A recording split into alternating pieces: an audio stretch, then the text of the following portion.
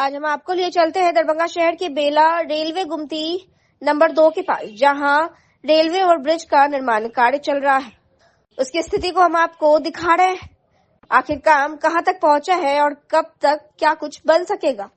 वहां के स्थानीय लोगों से भी हमने बात की, क्या कुछ कहना है उनका हम आपको सुना रहे हैं।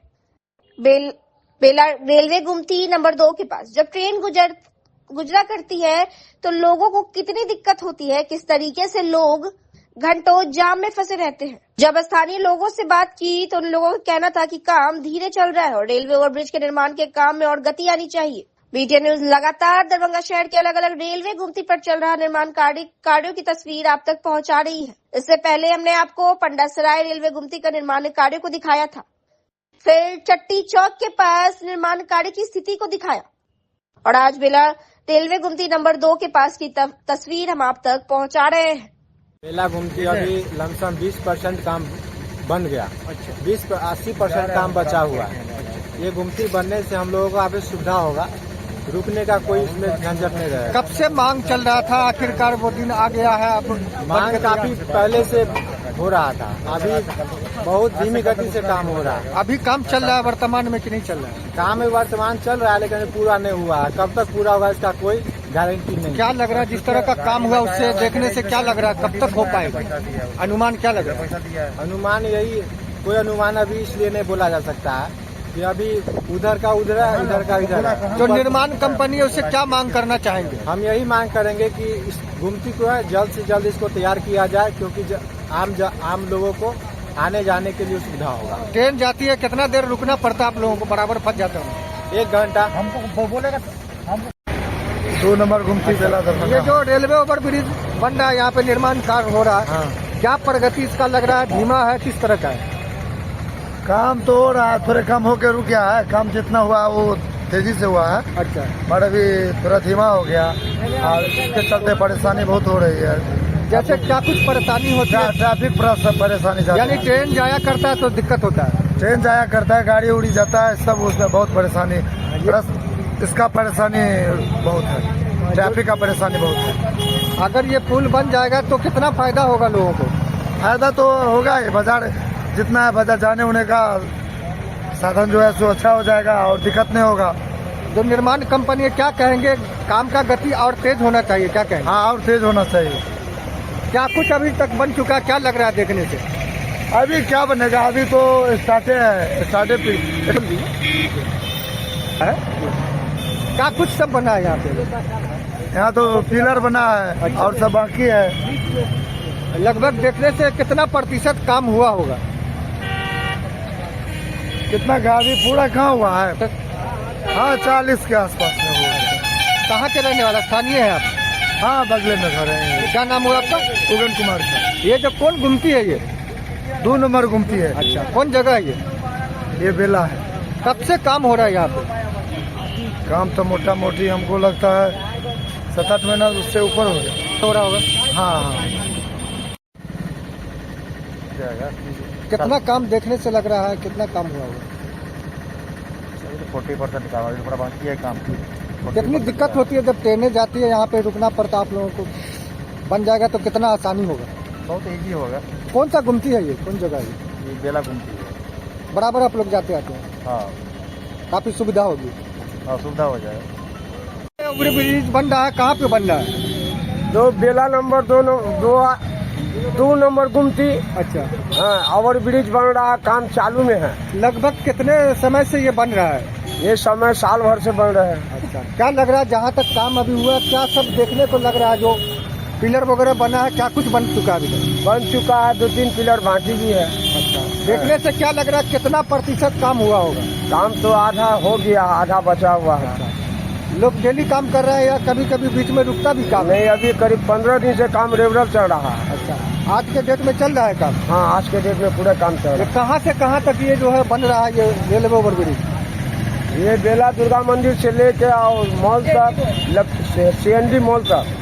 कितना फायदा हो पाएगा इससे, लोगों को राहत मिलेगा?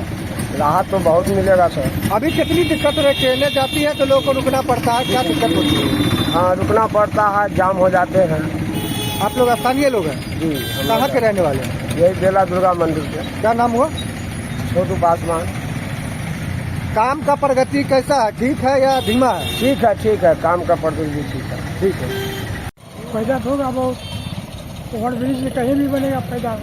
देखते क्या लग रहा है काम का जो स्थिति है उसको देखने के बाद कैसा लग रहा है? बढ़िया लग रहा। क्या लग रहा है देखने से कब तक निर्माण कार्य पूरा हो जाएगा? निर्माण में तो बरसों लगेगा। अच्छा, करने तो 6 महीने लगे बड़े। अच्छा, अभी काम चल रहा है यहाँ पे? फाइनल नहीं है, एक साइड और पहला है। अच्छा, कब से निर्माण कार्य चल रहा है यहाँ पे? इधर कितने बना।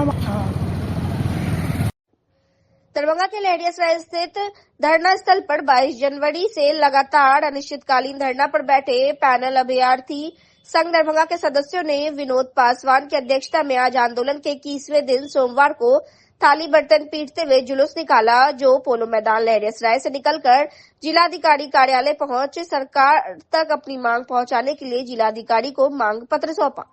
पैनल अभ्यर्थी राणा रंजीत सिंह ने कहा, हम लोग परिचारी पद के पैनलधारी आवेदक हैं, जिसका विज्ञापन संख्या 1 नवंबर 2012 में 439 रिक्तियों के विरुद्ध 936 लोगों का पैनल बनाया गया था, जिसमें वर्ष 2013 में 62 लोगों की नियुक्ति की गई और खाली बची 377 रिक्तियां, और अभी वर्तमान में हम लोग मात्र 234 अभ्यर्थी हैं।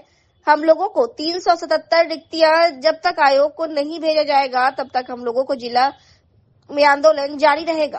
पैनल अभ्यर्थी संघ के अध्यक्ष ने कहा, हम लोग लगातार 21वें दिनों से इस ठंड में धरना पर बैठे हुए हैं, लेकिन दरभंगा जिला पदाधिकारी के द्वारा अभी तक मिलने की कोई सूचना नहीं मिली है। इतनी ठंड रहने के बावजूद जिला प्रशासन द्वारा हम लोगों की कोई सुधि नहीं ली जा रही है, जो दुर्भाग्यपूर्ण है। अगर जिला प्रशासन हम लोगों की मांगे नहीं मान लेती तो हम लोग आगे आंदोलन को और तेज करेंगे। मौके पर राणा रंजीत सिंह, विनोद कुमार पासवान, गौरी शंकर पासवान, मनोज कुमार पासवान, महेश कुमार पासवान, चंदेश्वर पासवान आदि उपस्थित थे। किन मांगों को लेकर के आज थाली पीटने जा रहा है? हम लोग परिचारी पद के नियुक्ति के संबंध में थाली पीट रहे हैं। 22/11 से हम लोग अनिश्चितकालीन धरना पर बैठे हुए हैं। जिला पदाधिकारी द्वारा कोई सुध-बुध नहीं लिया गया है। क्या मांग है आप लोगों की? हम लोगों का नियुक्ति का मैटर है। परिचारी पद के लिए 2012 से लड़ाई लड़ रहे हैं। कहां से, आपके किसके निर्देश पर में आप लोग मांग कर रहे हैं? हाई कोर्ट के, सुप्रीम कोर्ट के निर्देश पर मांग कर रहे हैं। क्या शुभ नाम हुआ? राणा रंजीत सिंह, फाइनल अभ्यर्थी दरभंगा। दरभंगा जिला के लहरियासराय थाना क्षेत्र अंतर्गत मोहल्ला बेलवागंज मोहल्ले से पुलिस ने भारी मात्रा से नेपाली शराब लदे एक स्कॉर्पियो को बरामद किया। वहीं स्कॉर्पियो को जब्त कर लहरियासराय थाना लाया गया। दरभंगा एसएसपी जगन्नाथ रेड्डी के निर्देश पर टेक्निकल सेल के पुलिसकर्मियों की बड़ी कार्रवाई हुई है। लहरियासराय थाना क्षेत्र के बेलवागंज मोहल्ले से दरभंगा पुलिस ने भारी मात्रा में नेपाली शराब लदे स्कॉर्पियो को बरामद किया है। एसएसपी के निर्देश पर टेक्निकल सेल के पुलिसकर्मियों की बड़ी कार्रवाई हुई है। तमाम मामले के संबंध में जो जानकारी मिली है उसके अनुसार दरभंगा जिला के टेक्निकल सेल की पुलिस ने एक स्कॉर्पियो से भारी मात्रा से नेपाली शराब की बरामदगी की है। यह स्कॉर्पियो के भीतर बॉडी में देखने से ऐसा लग रहा था कि 7 बोरियां हैं, जिसमें सोफिया शराब की बोतल, नेपाली शराब सोफिया जो बोरियों में रखी हुई थी। हालांकि पुलिस ने घटनास्थल पर ही बोरों को सीलबंद कर जब्ती सूचना बनाते हुए स्कॉर्पियो को लहरियासराय थाने में ले आए। इस दौरान टेक्निकल सेल की पुलिसकर्मियों के अलावा लहरियासराय थाना पुलिस घटनास्थल पर पहुंची थी। शराब लदे स्कॉर्पियो की बरामदगी बिलवागंज मोहल्ले से हुई है। स्थानीय लोगों के अनुसार यह स्कॉर्पियो को बेलवागंज मोहल्ले में बताया जाता है कि शराब माफियों ने लगाया था। स्थानीय लोगों के मुताबिक सुबह 7 बजे के करीब में शराब माफियों ने इस गाड़ी को वहां लगाया था, जिस पर कई माफिया सवार थे।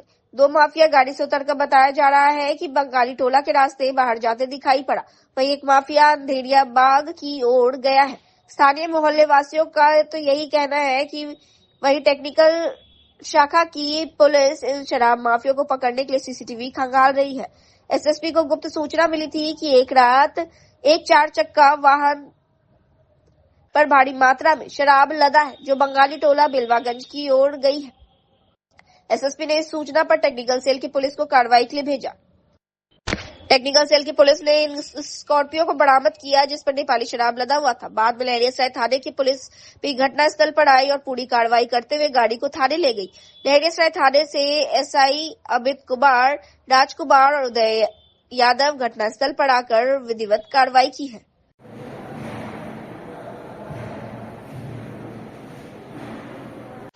आज मेघना बैदा पंचायत के लक्ष्मीपुर सामुदायिक भवन प्रांगण में भारत की कम्युनिस्ट पार्टी द्वारा बेदखली विरोधी सभा ललन यादव की अध्यक्षता में आयोजित की गई।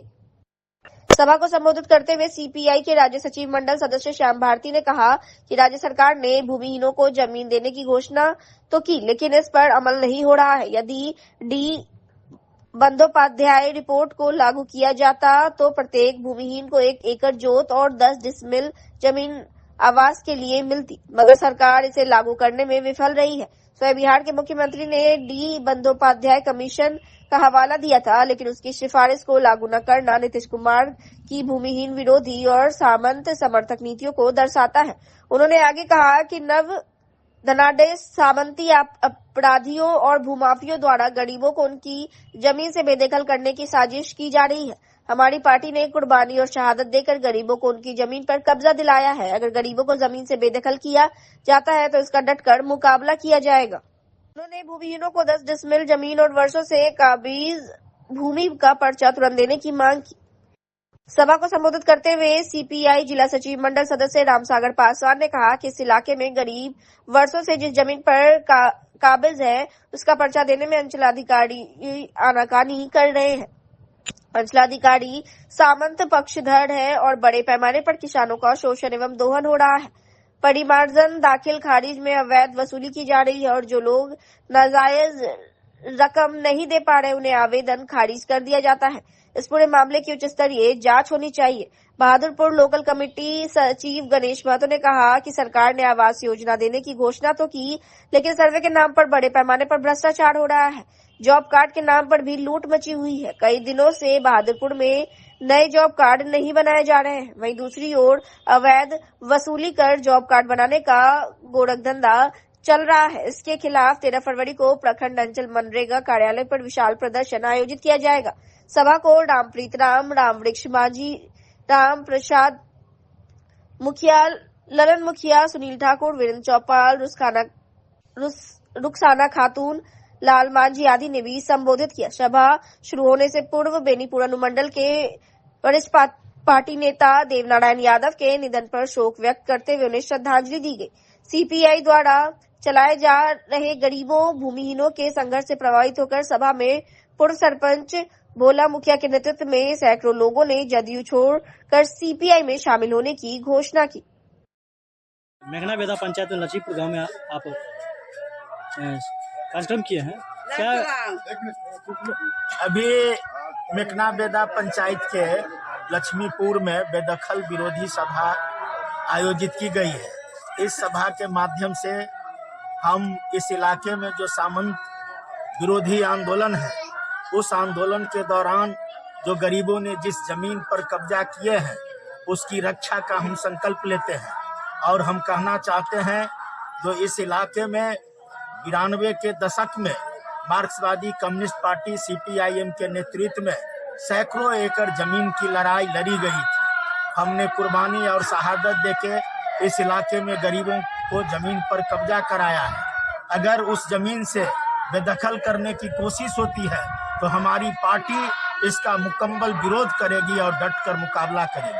हम राज्य सरकार से मांग करना चाहते हैं, जो डी बंदोपाध्याय की कमेटी बनी, कमेटी ने रिपोर्ट दिया जो 1 एकड़ जमीन गरीबों को जोतने के लिए 10 डिसमिल जमीन बांस के लिए दिया जा सकता है, इतना सरकार के पास जमीन है।